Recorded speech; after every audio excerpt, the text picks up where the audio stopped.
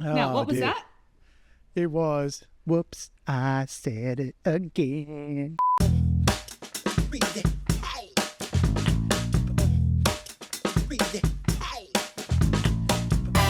Hey friends, welcome to another episode of the Remind podcast. It's Dr. Ashleigh Moreland here, and I'm joined by my beautiful friend David Masterton, and we are here having a giggle. You can see the Christmas tree in the background. It's a couple of days post-Christmas, and we were sitting here having a laugh because we were like, oh my gosh, how does Christmas happen to bring out the worst in people?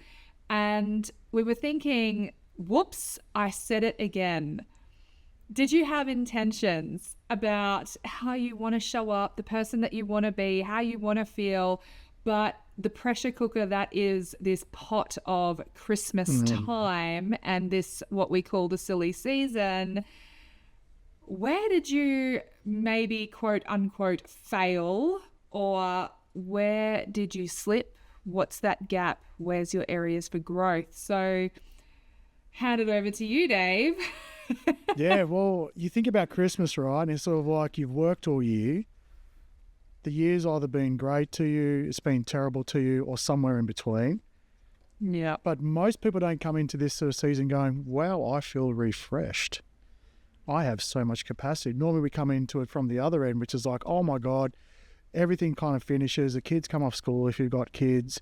There's a shutdown period for trades, but you've been frantic in the lead up to it, and no doubt you're booking things like that the other end of the holidays. But then in that time, you've got this thing where there's an obligation or a need or a desire or whatever it is to be around people that you may or may not have been around during the year, especially when it comes to family and, you know, families,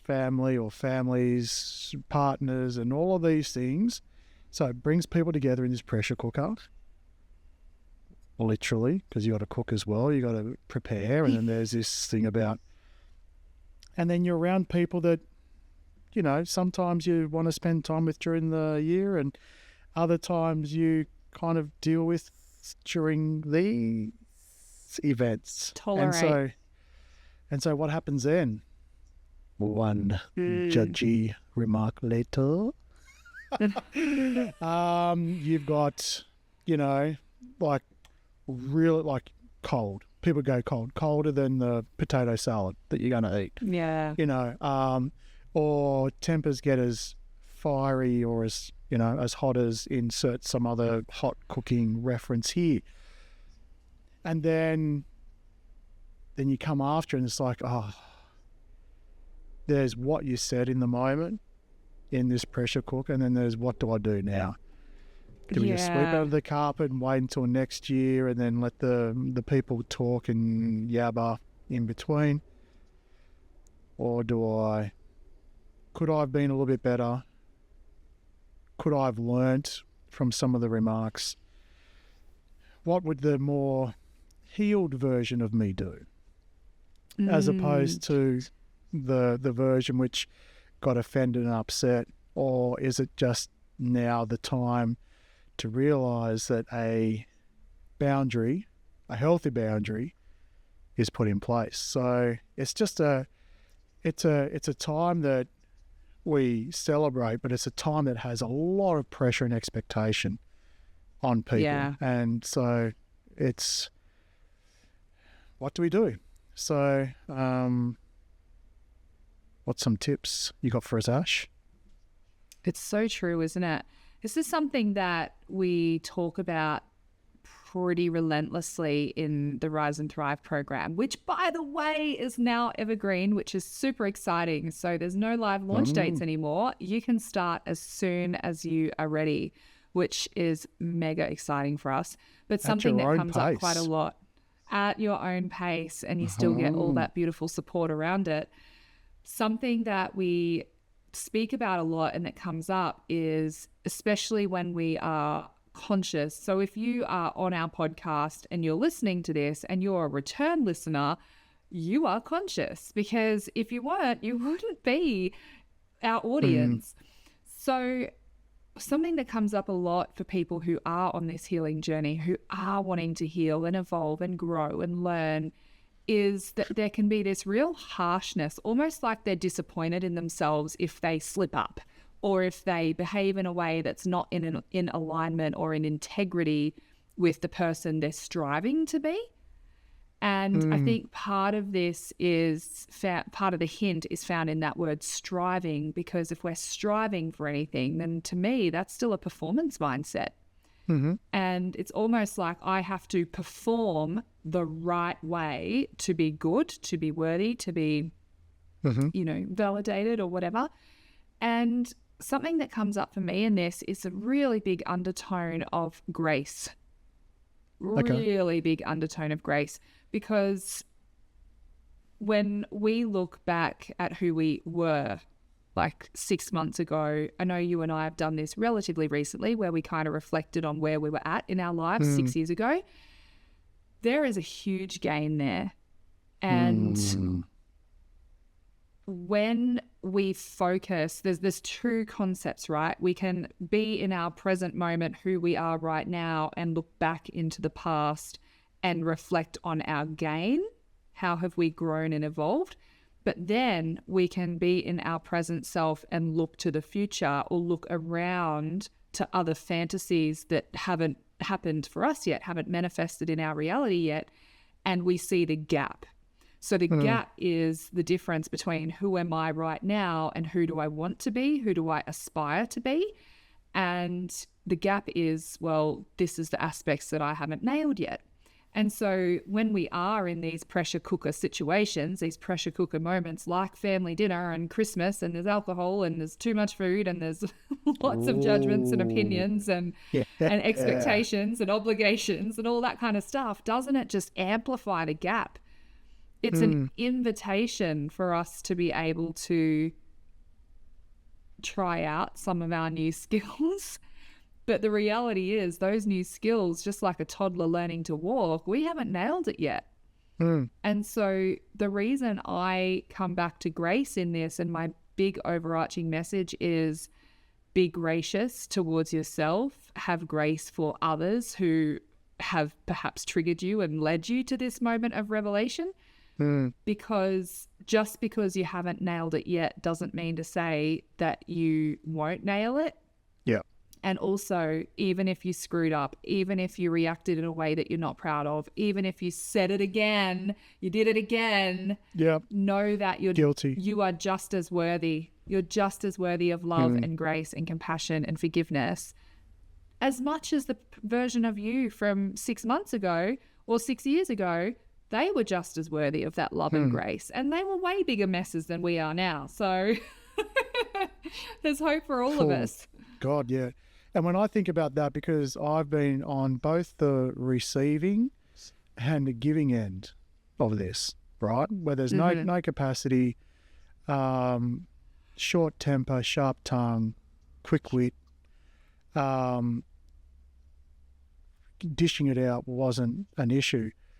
But I would come back to if I had to go back to that point in time, so try and stay with me.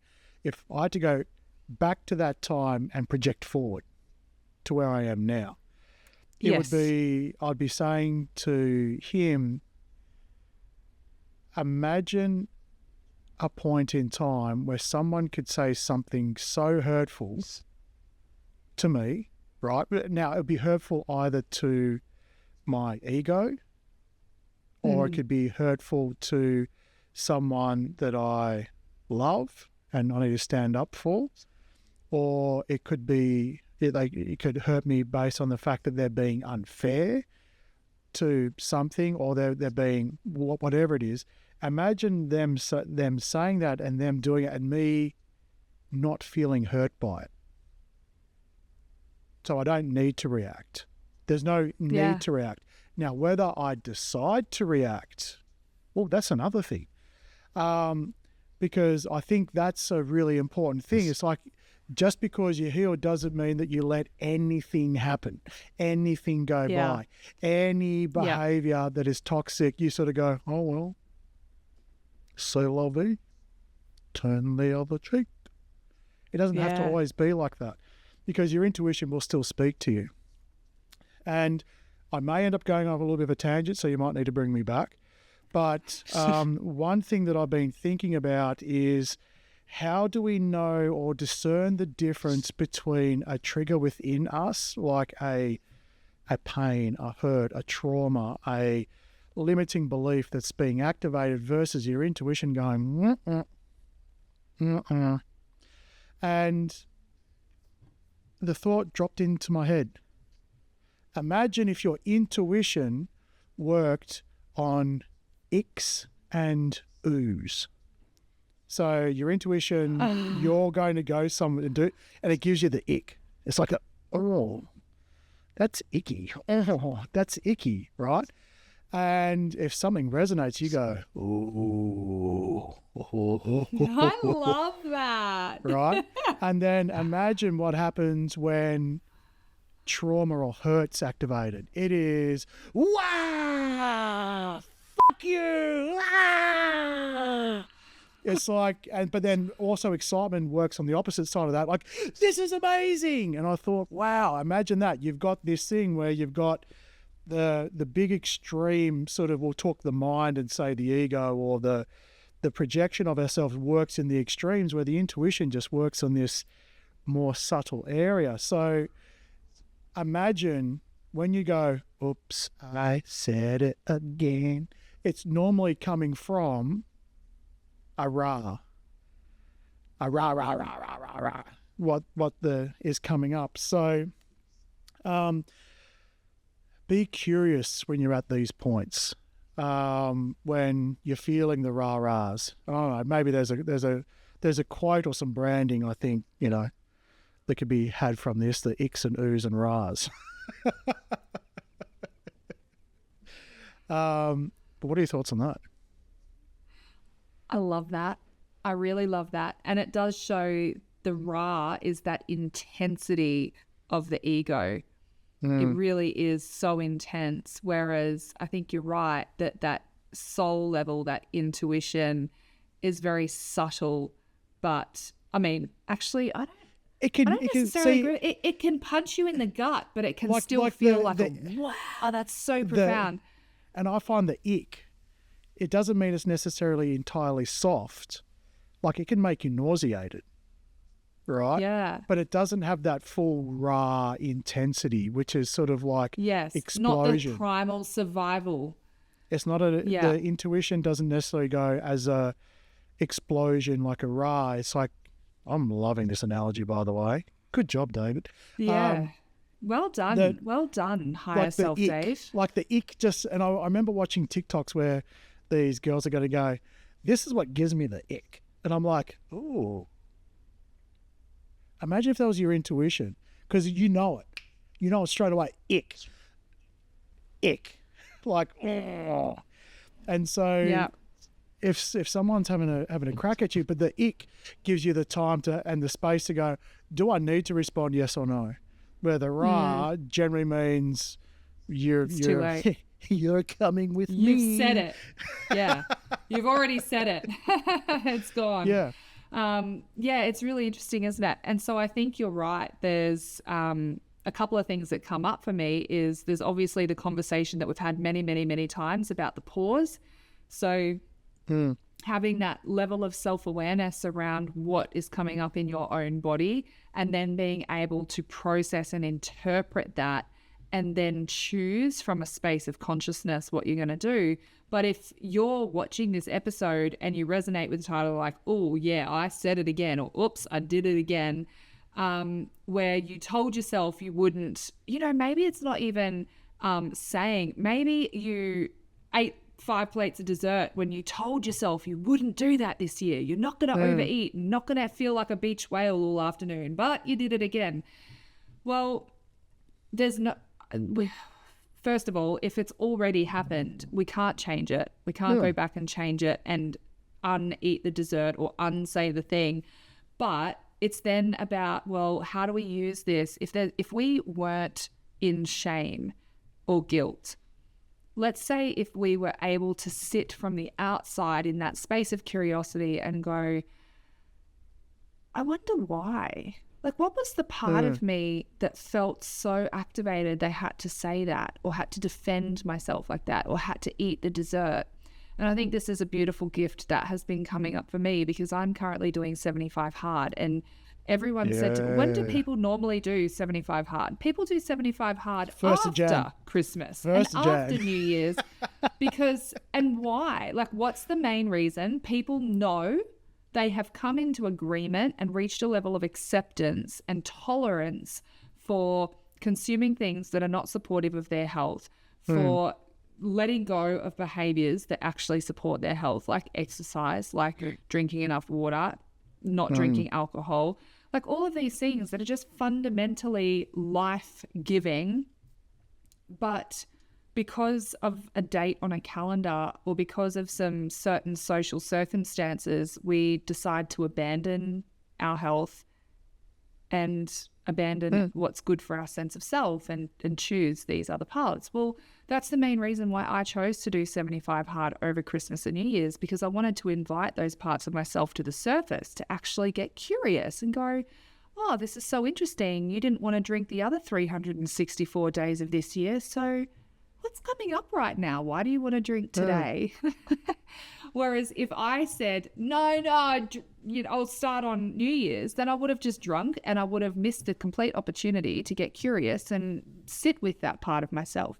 So if you have done the thing or said the thing, get curious and sit with that part of yourself and go, what was I defending myself over? Why did their opinion and judgment matter so much to me? Why did it feel like I had to protect myself? Why do I care so much about what they think? Or why did I feel like I had to jump down their throat over that? And if you can start asking those questions, and maybe the answers are things like, I feel like they make me feel like I'm not good enough. They make me feel like I'm a bad mum. Their comments made me feel like I wasn't important, or I didn't matter, or nothing I did was enough. And when you can get to the root of that, that's the core wounding. And so once you go, oh, I wasn't defending myself about what they said, that was the wounded part of me that felt like what they said or did brought up for me that they thought that I wasn't good enough. That's the pain that's being projected that you're trying to protect. So yeah, I love that. I think that there's a lot to be said about bringing that level of curiosity without judgment, without shame, into this reflection and exploring it, using it as a helpful diagnostic tool, using it as a partner in our healing rather than a failure, because it's not a failure if we learn from it. Yeah. And like you think about, well, if I reflect on why I would lash out, generally it'd be unprovoked. I wouldn't say 100% of the time it would be unprovoked. That'd be silly. But generally for me, it would be something it would fall into one of a couple of categories. Either they're disrespecting me, so they're trying to do something, or what they're saying is categorically untrue, therefore it's unfair, therefore it's they go back to number one, they're disrespecting me. Or number three, someone's doing something for me and I have to stand up for myself because no one else is standing up for me. So again, it's unfair and they're disrespecting me. So it's any one of these things where you sort of go, okay, well, obviously the opinion matters at some level, even though I would say to people, I don't care what they think. Yeah, it's easy to say that. I literally don't care. It's nothing. Well, why are you reacting? The reason you're reacting is because it's something. Because there is a healed version where they can say, and you sort of go, sure. Now, does that mean you need to stay in the same room while other people allow it to happen? No, you can sort of say, it's been lovely, but I'm leaving. Right? And if there's someone else goes, no, don't make a big deal out of it. You're being, like, now you tend to look around and go, so I can't set a boundary because this person is doing this to me. And if I do, that makes you uncomfortable, but you won't do anything about it. Well, you've just sort of realised that, okay, it's not just this one person, it's a 2, it's a 3, it's a 4. Yeah. And then you suddenly go, well, hang on, if it's all of them, I now need to make a decision. Do I go at this alone from now on, and not just the meal, but the foreseeable future? Or do I sit back down and go, it's just one meal, fucking put up with it? Both legitimate things, right? Yeah. But it's got to do with what is it that you're looking at? Because if you react, you do care, full stop. You're riding and if you ride the Ra, I'm full of all these things today, riding the Ra would be someone says something, the Ra happens, and you just ride it and it comes straight out of your mouth. Then I don't know if you said it in this episode or previous episodes, there's some form of agreement that's possible. Now you're defending. If you don't agree with it, it's like, okay, someone says the sky's purple. Sure. All right. Cool. Okay. So and I found it very surprising, especially during this time. If you've had to say it, you sort of look around. If you're the only one speaking up, why is that? Yeah. Is that because others are too afraid to stand up? Or is it because they kind of agree with it or whatever? Or is it that when you get together, you got the complete opposite? It's not just one person.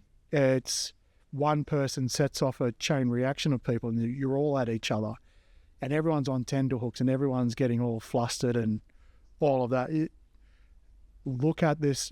Be, like you said, be curious. And go, okay, what is it that we're actually celebrating here? What is it that we're actually doing, and how are we treating each other? And is this, am I with these people because I want to be, or am I with these people because of duty?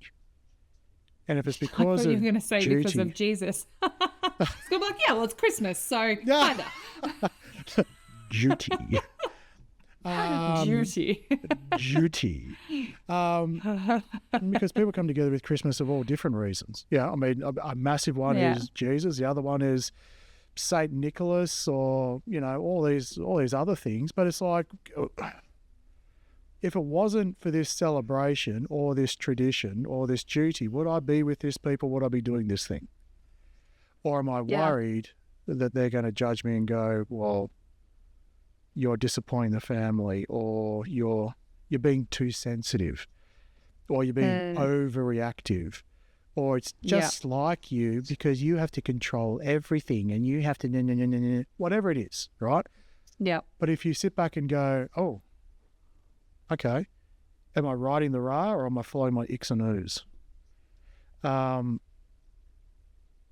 yeah, and I've got to say, just for those out there who aren't doing the 75 hard over Christmas and New Year's, I am also not doing the 75 hard over Christmas and New Year's, because I'm not curious at all. I'm going to eat the pavlova. I'm going to drink the drink, and I'm going to soothe the hell out of myself over this year, because it's sort of like, I feel like it. But come January 1, I'm back in the gym. Yeah, baby. That's so funny. And I'll be curious then to see how long I last. Well, that'll be the next episode. What did you set? Oops, I set it again. This bloody New Year's resolution that's chased me for 10 years.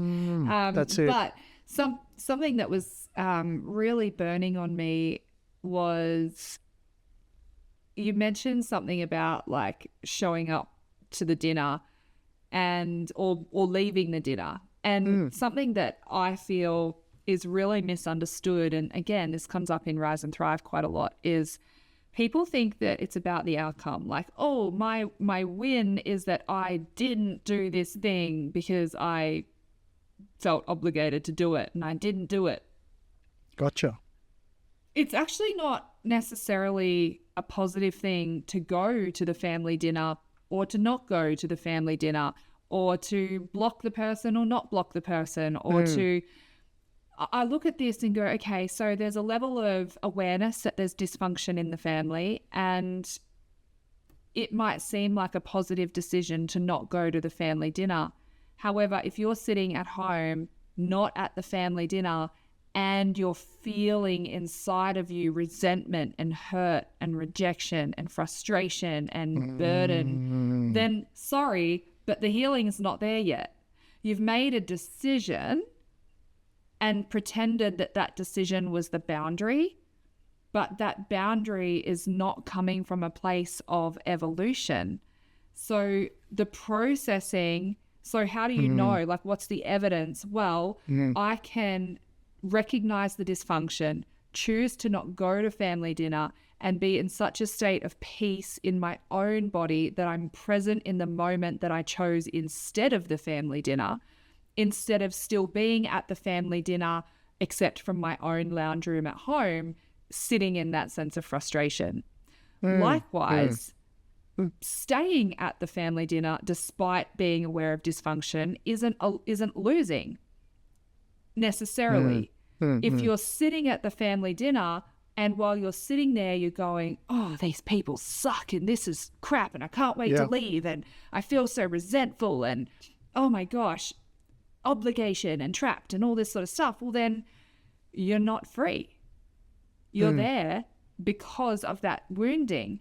But if you can see the dysfunction and recognize that despite everyone's imperfections, they're your family and you're grateful for them for their own weird ways, and you can sit there and feel peace in your body despite their dysfunctions, knowing that you are your own person and you get to leave at the end of the day and feel grateful that you get to go home to a home where that dysfunction doesn't have to follow you, then there you go. There's the evidence of healing. So for me, it's not about, oh, I set this boundary or I did this thing or I said that or I didn't say that or I stayed here or I didn't stay there. It's how did you feel after doing it or while doing it?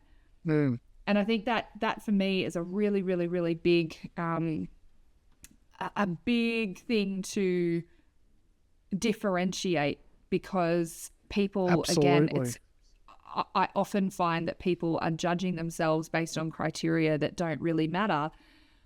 And I actually don't think that you're any better off not going to family dinner if you're sitting in your room at home still mentally at the family dinner or at the level of resentment over it. So I look at it and go, I look at it and go, if you have said it again, let's say you've screwed up for the same way in the last 6 years, well, how are you resolving and dealing with that screw up this year, and is it different to last year? So it's not bad that you said it. Now let's use this as the diagnostic tool to assess your growth in how you deal with it. What are you going to do about it? Because that is more of a reflection of who you are today than the fact that you said it in the first place. Agreed, 100%. And you raise a really good point, because sort of there's no right answer. And that's where you need to know internally what is the right answer. And but you got either your trauma or your wounding screaming at you, or you got your intuition nudging you. So I think it's important to say there is no right answer necessarily, but it's what's right for how you feel. Yeah. So what's right for me might be different for what's right for you. Exactly. And yet we both absolutely feel that our right is right for us, even if they're different. I mean, we could have a similar situation. You stay and I leave, and they could be perfect. Like, in different situations, they could both be right if we're following what is for us. Versus, it's always right to leave. Well, is it? Okay. It's always right to stay. Well, no. It's like as you said, it's not outcome dependent. It's how you feel, and it raises another really cool point, and then we'll wrap this up. But the point is, going into these things, then having to sort out troubles or dramas or conflicts from the past. how many people go into these settings with unresolved tension from maybe the last time they saw them, and then it comes out during that time, and then it starts to be used the as Christmas grudges. Well, yeah, and then suddenly, like, I won't talk about it, but something happens, like, I can't hold it. They always do that. Oh my God, it drives me mad. Yeah. And when you sort of said, well, okay, if it's done, it's done. Absolutely. Now you've just opened the opportunity through doing that, how are you going to do things differently, and what is it going to be the next step? So it could be, well, the learning might be, where possible, when you arrive to these things, try and arrive without a grudge. Well, how do you do that? Well, either you process it yourself, or you take the opportunity to talk to them outside of the public setting, before the public setting. Maybe a phone call, absolutely. maybe a text message, maybe it's something to sort of say, hey, look, I know this happened. I don't want to talk about it during this, or I feel as though I might want to talk about it. Do you have some time and capacity to chat before we get there to, just air things out so we don't have to use this? Because energy doesn't lie. Whether you say nothing, people can feel dagger eyes. And then when you come into someone and you've got dagger eyes, or they got dagger eyes at you, people feel it. But Your Honour, I didn't say anything. I did nothing wrong. Look at me. All I did was stand there and make the pavlova. Right? Yeah. But the whole time sitting there snarling. Very aggressively. Yeah, but just snarling and staring and, tracking their every movements and waiting for them to do something. It's an energetic, you are giving it off. So if that's happened, and how can you make it different? Maybe reach out to them. It might be difficult. It might set off a cascading effect that leads to a more amicable situation next time you're around them, or it may end up on the other extreme that you never see them again. Whatever it is, also don't use these large get-togethers as ways to reconnect after a falling out, because, so I think it's time to go and get some of that leftover turkey or something, Ash, and then we'll organise the next week's episode. Sounds good.